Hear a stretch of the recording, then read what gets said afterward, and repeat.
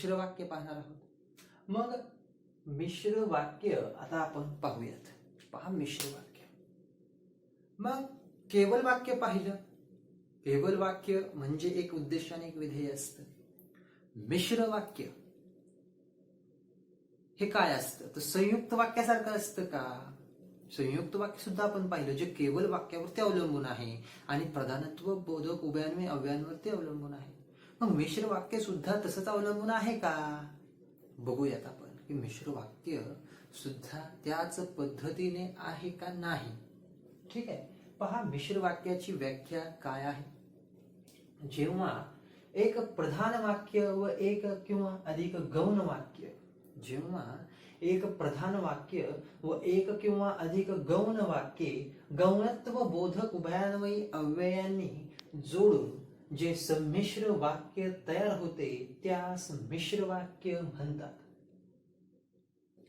म्हणजेच एक मुख्य वाक्य असतं आणि एक उपवाक्य असतं, बरोबर की नाही? एक मुख्य वाक्य असतं आणि एक उपवाक्य असतं। ज्यावेळेस अशी दोन एक वाक्य जोडली जातात त्यावेळेस त्यांना मिश्र वाक्य म्हणतात। मग व्याख्या वेगळी कशी आहे पहा। एक प्रधान वाक्य, वाक्यामध्ये एक प्रधान वाक्य असणार आहे व एक किंवा अधिक गौण वाक्य देखील असणार आहेत। एक प्रधान वाक्य असणार आहे आणि एक किंवा अधिक गौण वाक्ये देखील असणार आहेत। मग गौणत्व बोधक अव्ययांनी ज्या वेळेस ही वाक्ये जोडली जातात त्यावेळेस ते वाक्य संमिश्र वाक्य तयार होते। मग गौणत्व बोधक उभयान्वयी अव्यय ही कोणती आहेत? तर पहा, ही आहेत गौणत्व बोधक उभयान्वयी अव्यय चार: स्वरूपबोधक, कारणबोधक, उद्देशबोधक आणि संकेत बोधक ही आहेत गौणत्व बोधक उभयान्वयी अव्यय। मग एक वाक्य प्रधान असते आणि एक किंवा अधिक वाक्य ही या ठिकाणी कशी असतात तर गौण असतात त्याला, आणि ती दोन वाक्य म्हणजे एक प्रधान वाक्य आणि गौण वाक्य किंवा अधिक गौण वाक्य एकमेकांना जोडण्यासाठी आपण गौणत्व बोधक उभयान्वयी अव्यय वापरतो। त्यावेळेस वापरल्यानंतर जे एक वाक्य तयार होते, जे संमिश्र वाक्य तयार होते त्यास मिश्र वाक्य म्हणतात। त्यास काय म्हणतात? मिश्र वाक्य म्हणतात। मग पहा की या ठिकाणी पहिलं उदाहरण आहे, गुरुजी म्हणाले की पृथ्वी सूर्याभोवती फिरते। गुरुजी म्हणाले की पृथ्वी सूर्याभोवती फिरते। मग या ठिकाणी गुरुजी काय म्हणाले? प्रश्न विचारलेला आहे, बरोबर की नाही? गुरुजी काय म्हणाले? मग जो प्रश्न विचारतो तो काय असतो? प्रधान वाक्य असतं आणि पुढचं जे आहे ते गौण वाक्य असतं। हे लक्षात ठेवायचं आहे, ठीक आहे? मग गुरुजी म्हणाले प्रधान वाक्य आणि पृथ्वी सूर्याभोवती फिरते हे गौण वाक्य।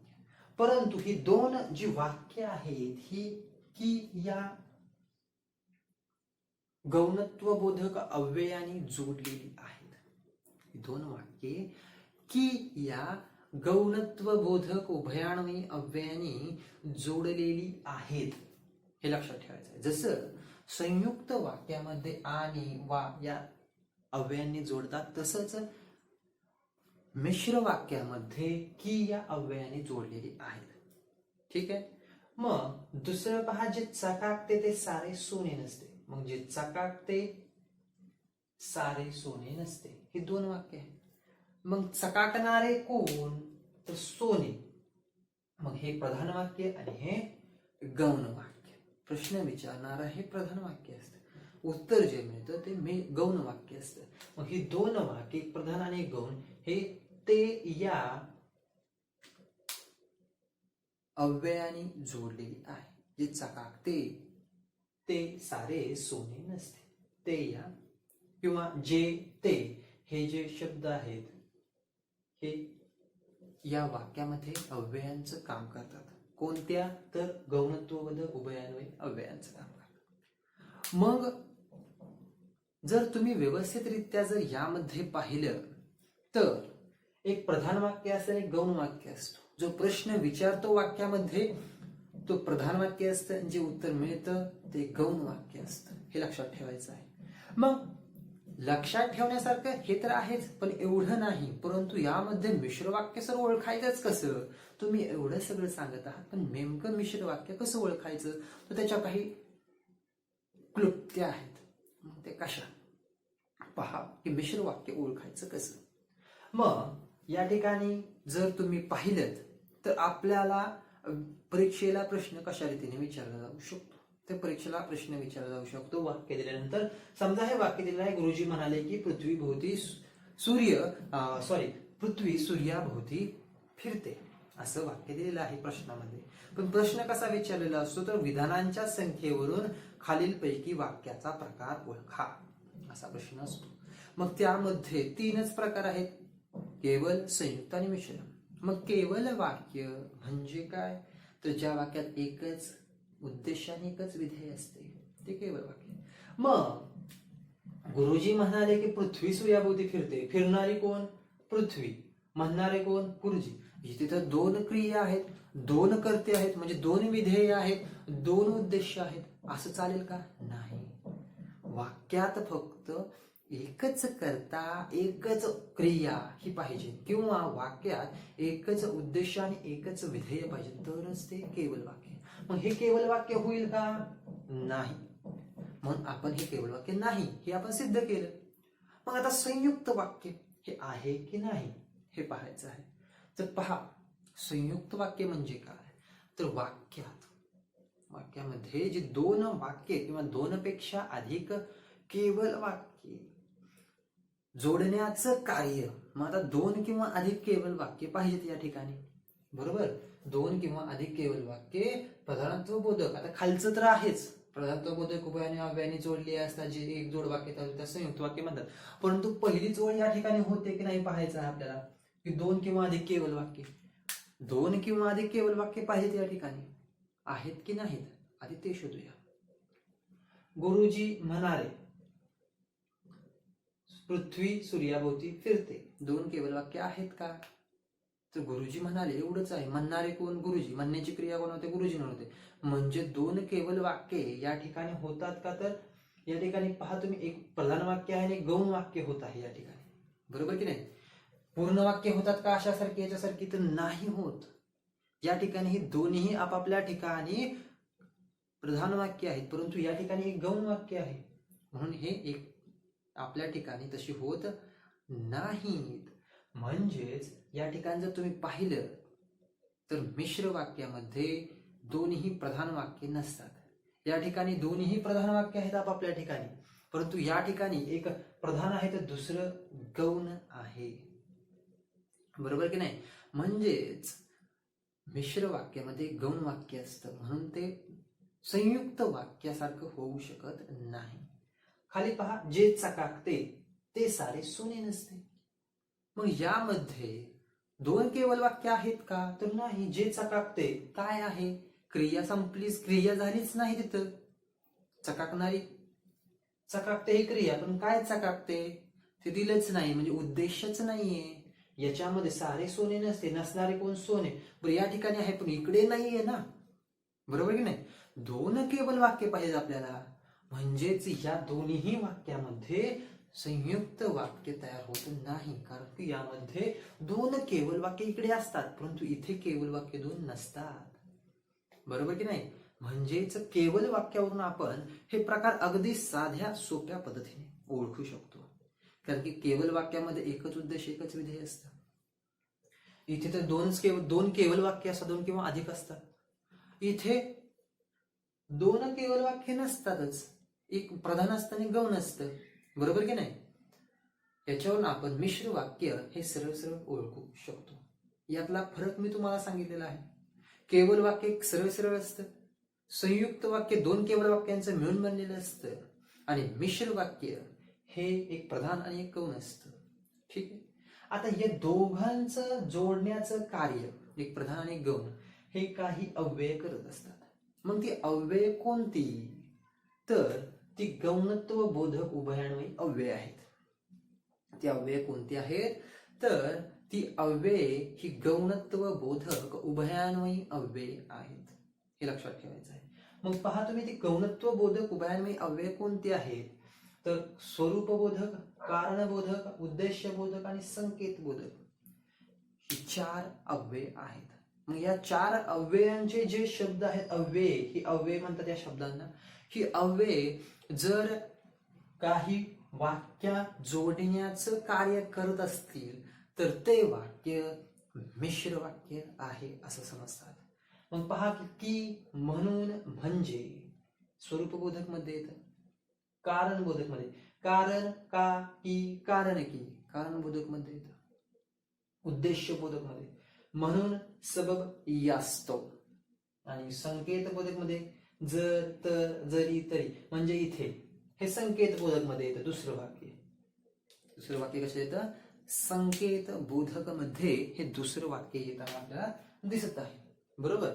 मग आता जर तुम्ही पाहिलं की म्हणून, सबब, हे जे खालचे 2 आहेत ते इथे आले तुम्हाला दिसतील, म्हणून, सबब.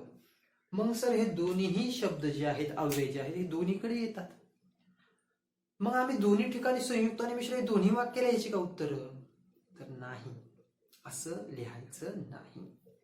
मग बरोबर आहे, तुमचा प्रश्न बरोबर आहे की सर म्हणून आणि सबब, म्हणून इथेही आहे, म्हणून इथेही आहे, म्हणून सबब इथे हे आहे, इथे सबब आहे, म्हणून आहे. बरोबर की नाही?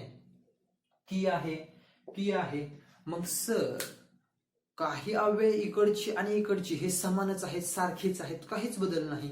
मग त्या अव्ययांवर आम्ही ओळखायचं कसं की हे संयुक्त आहे आणि हे मिश्र आहे? बरोबर की नाही? प्रश्न पडतो आपल्याला आणि आपलं थोडंसं गोंधळून जातो आपण. मग आता सर हे ओळखायचं कसं? हे तर संयुक्त मध्ये पण आहेत, हे मिश्र मध्ये पण आहेत. बरोबर की नाही? मग ओळखायचं कसं? तर पहा, याच्यामध्ये अगदी सोपं आहे की संयुक्त वाक्य जर असेल तर ते 2 वाक्य केवल वाक्य असतात, 2 किंवा अधिक वाक्य. आणि मिश्र वाक्य जर असेल तर ती कशी असतात? तर ते एक पूर्ण असतं आणि का पूर्ण असतं, म्हणजे ते प्रधान असतं आणि दुसरं असतं ते गौण असतं. बरोबर की नाही?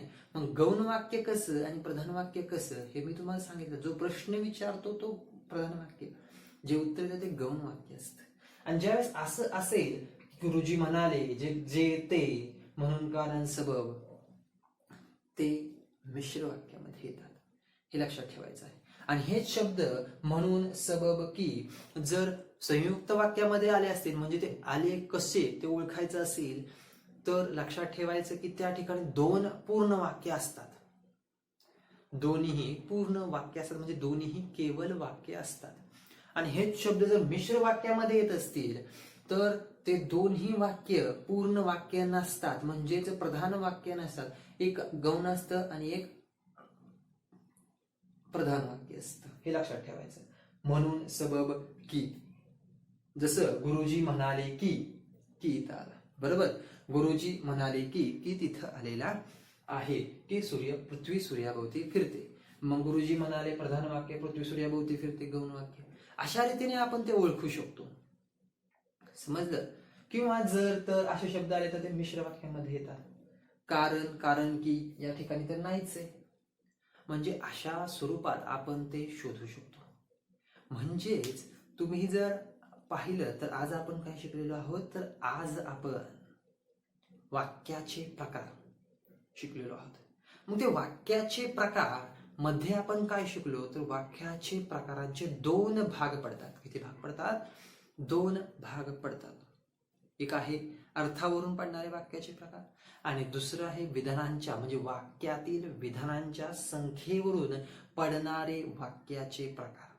मग अर्थावरून किती पडतात? तर 5. विधानार्थी वाक्य, उद्गारार्थी वाक्य, प्रश्नार्थक वाक्य, होकारार्थी वाक्य आणि नकारार्थी वाक्य. विधानार्थी म्हणजे सरळ सरळ, प्रश्नार्थक म्हणजे प्रश्न चिन्ह दिलेलं असतं, प्रश्न विचारलेले असतात प्रश्नार्थक. उद्गारार्थी वाक्य म्हणजे एखादी घटना पाहून, एखादी घटना, चांगली वाईट घटना पाहून ज्यावेळेस तुमच्या मनातून जे उद्गार बाहेर पडतात ते उद्गारार्थी वाक्य. आणि ते कसं ओळखायचं? तर उद्गारवाचक चिन्ह दिलेलं असतं. बरोबर. त्यानंतर आहे होकारार्थी वाक्य. वाक्यामध्ये होकार दर्शविलेला असतो त्यावेळेस ते होकारार्थी वाक्य होतं. वाक्यामध्ये जर नकार दर्शविलेला असेल तर ते नकारार्थी वाक्य होतं. हे झाले अर्थावरून 5 प्रकार. आता दुसरा विभाग आहे तो म्हणजे वाक्यातील विधानांच्या संख्येवरून पडणारे वाक्याचे प्रकार. ते 3: केवल, संयुक्त, मिश्र. केवल वाक्य म्हणजे काय, तर एकच उद्देश आणि एकच विधेय असतं. केवल वाक्य, उद्देश म्हणजे कर्ता, विधेय म्हणजे क्रियापद, लक्षात ठेवायचं आहे. संयुक्त वाक्य, 2 किंवा अधिक केवल वाक्यांचं मिळून जे एकच वाक्य बनतं त्यास संयुक्त वाक्य म्हणतात. आणि ते 2 किंवा अधिक केवल वाक्ये ही प्रधानत्वबोधक उभयान्वयी अव्ययाने जोडलेली असतात. त्यास काय म्हणतात, संयुक्त वाक्य.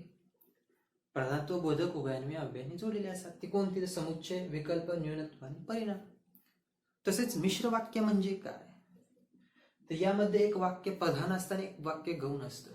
आणि हे दोन्ही वाक्ये ज्यावेळेस गौणत्वबोधक उभयान्वयी अव्ययाने जोडलेले असतात त्यावेळेस त्यांना मिश्र वाक्य असे म्हणतात. मग गौणत्वबोधक उभयान्वयी अव्यय कोणती, तर स्वरूप, कारण, उद्देश, संकेत, आणि ही त्याची अव्यय आहेत. बरोबर. मग या ठिकाणी आपण केवल, संयुक्त, मिश्र वाक्याच्या अर्थावर आणि विधानावर जे प्रकार पडतात ते आज सर्वच्या सर्व प्रकार आपण पाहिलेले आहेत.